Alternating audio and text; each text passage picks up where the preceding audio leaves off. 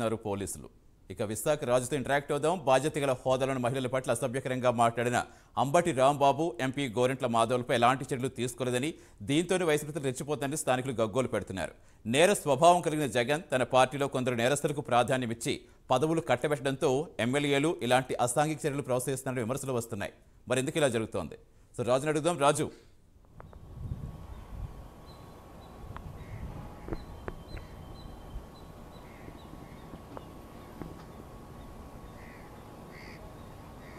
Yes రాజు.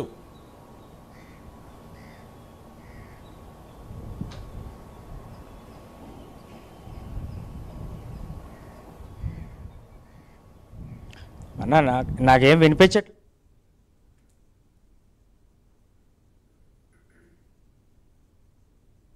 Okay right రాజు. సతీష్, ప్రస్తుతానికి చూసుకుంటే AP రాష్ట్ర రాజకీయాలు మొత్తం కూడా కేవలం కొంతమంది ఆడియో కాల్స్ లీక్ అవ్వడం వల్ల వాళ్ళ మధ్య జరిగే సంభాషణ నుంచి కూడా బయటకు వస్తున్న పరిస్థితి కనిపిస్తుంది. ప్రస్తుతానికి చూసుకుంటే అంటే గతంలో వైఎస్ఆర్ కాంగ్రెస్ పార్టీకి సంబంధించినంత వరకు చాలా ఆడియో కాల్స్ అయితే బయటకు రావడం జరిగింది. ఆ కాల్స్ అన్నింటిని కూడా ఇప్పటికే ప్రజల ముందు ఉంచడం కానీ లేకపోతే సోషల్ మీడియాలో చక్కర్లు కొట్టడం కానీ జరుగుతూనే ఉంది. అయితే ఇప్పుడు కూడా తాజాగా చూసుకునేటప్పటికి కూడా మరో ఆడియో కాల్ అయితే లీక్ అవ్వడం జరిగింది. ఈ ఆడియో కాల్కి సంబంధించినంత వరకు ఇది విజయనగరం జిల్లా అంటే పాత శ్రీకాకుళం జిల్లాలో ఉండేది, బైఫర్కేట్ అయిన తర్వాత విజయనగరం జిల్లాలోకి రావడం జరిగింది. ఇది హెచ్ఆర్ల కాన్స్టిట్యున్సీకి సంబంధించిన YSR Congress party present YSRCP MLA అభ్యర్థి, అదేవిధంగా పాస్ట్ ఎమ్మెల్యే కూడా చేశారు. ఆయన ప్రజెంట్ కూడా ఎమ్మెల్యేగా అనుకోవచ్చు, ఎందుకంటే ఎన్నికలు సమీపిస్తున్న వేళ ఆయన కూడా బరిలో ఉన్నారు. ఇప్పుడైతే ఎమ్మెల్యేగా కొనసాగుతున్నారు. అయితే ఆయనకి సంబంధించి గొర్రెల కిరణ్ కుమార్కి సంబంధించినంత వరకు ఒక ఆడియో లీక్ అయితే బయటకు రావడం జరిగింది. ఇది ఎంతవరకు నిజం, ఎంతవరకు వాస్తవం, అదేవిధంగా అవాస్తవం అనే దాని మీద కూడా పూర్తి స్థాయిలో కూడా ఒక చర్చ అయితే జరుగుతున్న పరిస్థితి కనిపిస్తుంది. అయితే దీనికి సంబంధించినంత వరకు గొర్రెల కిరణ్ కుమార్ తన దగ్గరికి ఎవరైతే ఒక మహిళ మహిళ వచ్చినప్పటికీ ఆవిడకి సంబంధించి ఆవిడని కాల్ చేసి సార్ మాట్లాడమన్నారని చెప్పి ఈయనకి సంబంధించిన పిఏ మాట్లాడడం, అదేవిధంగా ఈయనే గొర్రెల కిరణ్ కుమార్ డైరెక్ట్గా ఆవిడకి కాల్ చేసి మీరు ఎందుకు రాలేదు, మీరు రావాలి కదా, వస్తే బాగుండు అని చెప్పడం, ఇవన్నీ కూడా మొత్తం ఓవరాల్గా కూడా ఒక సిచ్యువేషన్ క్రియేట్ చేసిన పరిస్థితి కనిపిస్తుంది. అయితే ఆడియో కాల్ అయితే బయటకు వచ్చింది. మనం ప్రైమ్ లైన్లో కూడా ఎక్స్క్లూజివ్గా కూడా దాన్ని చూపించడం కూడా జరిగింది. ఎందుకంటే ఆడియో కాల్లో చాలా స్పష్టంగా అయితే గొర్రెల కిరణ్ కుమార్ అయితే చెప్పడం జరిగింది, మీరు ఏదైతే ఫైల్ పట్టుకొచ్చారో ఫైల్ని ఎందుకు తర్వాత మీకు రమ్మని చెప్పాం కదా, మీరు ఎందుకు రాలేదంటూ కూడా క్వశ్చన్ చేయడం జరిగింది. అయితే తను కూడా మీరు 2 రోజుల తర్వాత రమ్మన్నారు కదా సార్, అప్పుడే వద్దామనుకున్నాను, కానీ మీరు కాల్ చేశారు, అప్పుడు రమ్మన్నారు కదా, అప్పుడే వస్తాను అని కూడా చెప్పడం జరిగింది. అయితే అలా కాదు, నువ్వు పర్సనల్గా నన్ను కలవండి అంటూ కూడా ఆయన దాంట్లో వ్యాఖ్యానించడం జరిగింది. దాంతోపాటు మీతో పాటు వచ్చిన వ్యక్తి ఎవరు అంటూ కూడా ఆయన స్పందించారు. అయితే తనతో పాటు వచ్చిన వ్యక్తి తన హస్బెండ్, అదేవిధంగా తన కార్పెంటర్ వర్క్ చేస్తాడంటూ కూడా ఎవరైతే బాధిత మహిళ ఉన్నారో మహిళ అయితే చెప్పడం జరిగింది. అయితే చెప్పినప్పుడు కూడా నీతో మాట్లాడాలని ఉంది, లేకపోతే నీకు కలవాలని ఉంది, మీరు రండి అని చెప్పడం జరిగింది. అయితే ఈ రోజు అయితే తనకి సంబంధించిన బంధువులు ఎవరో అనారోగ్య పాలయ్యారు, అందువల్ల నేను రాలేకపోతున్నా, రేపు వస్తానంటూ కూడా చెప్పడం జరిగింది. అయితే చెప్పేటప్పుడు కూడా చాలా స్పష్టంగా అయితే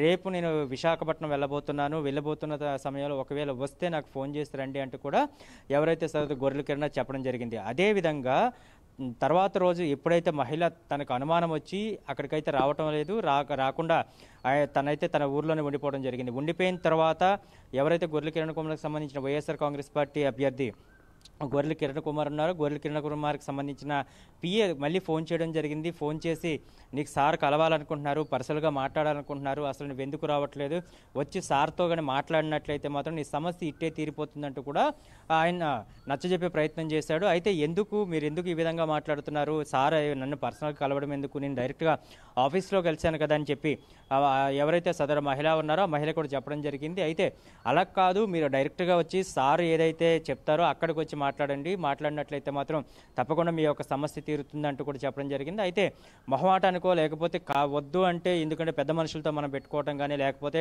ఆల్రెడీ ఎమ్మెల్యేగా ఉన్నారు, మళ్ళీ ఎమ్మెల్యే అభ్యర్థిగా పోటీ చేస్తున్నారు కనుక ఈ సమయంలో తను వెళ్ళి ఎందుకు అనవసరంగా రచ్చకెక్కడం అనేది కావచ్చు, లేకపోతే అటువంటి పెద్దవాళ్ళతో పెట్టుకోవడం వల్ల తనకేమైనా ఇబ్బందులు కలుగుతాయనే విషయం కావచ్చు. తనైతే మాట దాటవేస్తూ తర్వాత వస్తానని చెప్పి ఏదైతే మహిళతో మాట్లాడారో అదే మహిళ తన వాయిస్ రికార్డ్స్ని రికార్డ్ చేసి బయటకు అందరికి చెప్పడం జరిగింది. దాంట్లో చాలా స్పష్టంగా చెప్తున్నారు, ఈ విధమైన మాట్లాడడం వల్ల కూడా తనకు చాలా వరకు కూడా అభ్యంతరాలు ఉన్నాయి, అదేవిధంగా ఇబ్బంది పడ్డాను, కానీ వాళ్ళతో చెప్పలేకపోతున్నాను కనుక ఈ వాయిస్ రికార్డును బయట పెట్టడం జరుగుతుందంటూ కూడా తను చెప్పడం జరిగింది. అంటే ఇటువంటి సంస్కృతి అనేది వైఎస్ఆర్ కాంగ్రెస్ పార్టీకి అయితే కొత్త కాదు అనే విషయం అయితే సతీష్ మనం చెప్పుకోవచ్చు. ఎందుకంటే గతంలో గోరెంట్ల మాధవ్ విషయంలో కావచ్చు, అంబటి రాంబాబు విషయంలో కావచ్చు, లేకపోతే మిగతా విషయాల్లో కావచ్చు, అంటే చాలామంది కూడా వైఎస్ఆర్ కాంగ్రెస్ పార్టీకి సంబంధించిన వాళ్ళు ఇదే ఆడియో కాల్స్ని బయటకు వచ్చి, వీడియో కాల్స్ బయటకు వచ్చి అప్రదిష్ట పాలై వాళ్ళందరూ కూడా వాళ్ళకు పరువు తీసుకోవటమే కాకుండా ప్రజలు ఇటువంటి వాళ్ళని మనం ఎన్నుకున్నామా, వైఎస్ఆర్ కాంగ్రెస్ పార్టీలో ఇటువంటి ఎంపీలని, ఇటువంటి ఎమ్మెల్యేలని, ఇటువంటి మంత్రులను మనం ఎన్నుకున్నామంటూ కూడా వాళ్ళంతా కూడా అసహించుకునే విధంగానే అసభ్యకరంగా ప్రవర్తించిన వాళ్ళపై అసహించుకునే విధంగా కూడా వీళ్ళంతా కూడా ప్రవర్తన చేసిన పరిస్థితి కనిపిస్తుంది. అయితే గతం నుంచి ఇప్పటి వరకు వస్తున్న దాంట్లో అధిష్టానం వీళ్ళెవరిపైన కూడా ఇప్పటి వరకు చర్యలు తీసుకోకపోగా ఒకరిద్దరికి మాత్రం సీట్లు మార్పులు చేయడం అయితే జరిగింది, కానీ మిగతా వాళ్ళు యథావిధిగా కొనసాగుతున్నారు. ఇటువంటి పరిస్థితి కానీ ఈ యథావిధిగా కొనసాగితే ఎవరు కూడా, అంటే ఒక ఎమ్మెల్యే కావచ్చు, ఎంపీ కావచ్చు, వాళ్ళు ఏదైతే వ్యక్తిగత కారణాల వల్ల కావచ్చు, లేకపోతే మిగతా విషయాల వల్ల కావచ్చు, వీళ్ళెవ్వరు కూడా వాళ్ళ దగ్గరికి వెళ్ళి తమ సమస్య ఇది అని చెప్పుకునే పరిస్థితి కూడా లేకున్న పరిస్థితి అయితే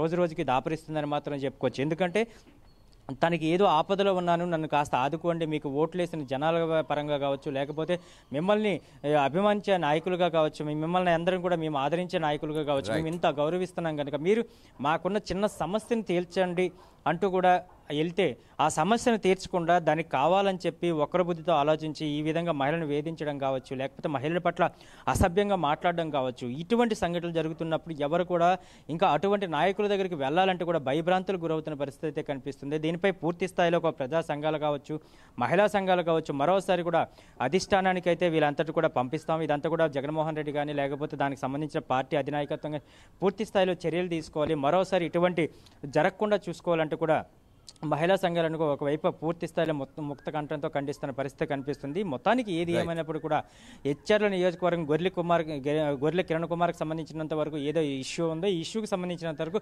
పూర్తి స్థాయిలో పార్టీ అధినాయకత్వం కూడా బాధ్యత వహించాలంటూ కూడా ప్రజా సంఘాలు కానీ మహిళా సంఘాలు కానీ కోరుకున్న పరిస్థితి కనిపిస్తుంది. Satish, right, thank you Raju. So మొత్తంగా ఇక ప్రచారంలో ఊపందుకున్న నేతలంతా నామినేషన్లకు సిద్ధమవుతున్నారు, ముహూర్తాలు చూసుకుంటున్నారు. ఇక రేపు నామినేషన్ ప్రక్రియతో ప్రచారం మరింత పీక్స్కి వెళ్ళబోతోంది. అటు కడపలో రాజకీయం ఇక రసవత్రంగానే సాగుతోంది. అక్కా తమ్ముళ్ల మధ్య ఆరోపణలు ప్రచారోపణలతో మరింత ఉత్కంఠగా మారింది. ఇక ఛత్తీస్గఢ్లో జరుగుతున్న భారీ ఎన్కౌంటర్ నేపథ్యంలో పోలీసులు జనజీవన స్రవంతిలోకి మామూలు రమ్మని, వారి రక్షణ మా బాధ్యత అంటూ వారికి హామీ ఇస్తున్నారు. Thanks Anjubabu, thank you Sudheer, thank you Tirupati, thank you Raju, thanks for your field report. ఇది వాళ్ళ ఎక్స్క్లూజివ్ ఫీల్డ్ రిపోర్ట్. నమస్తే.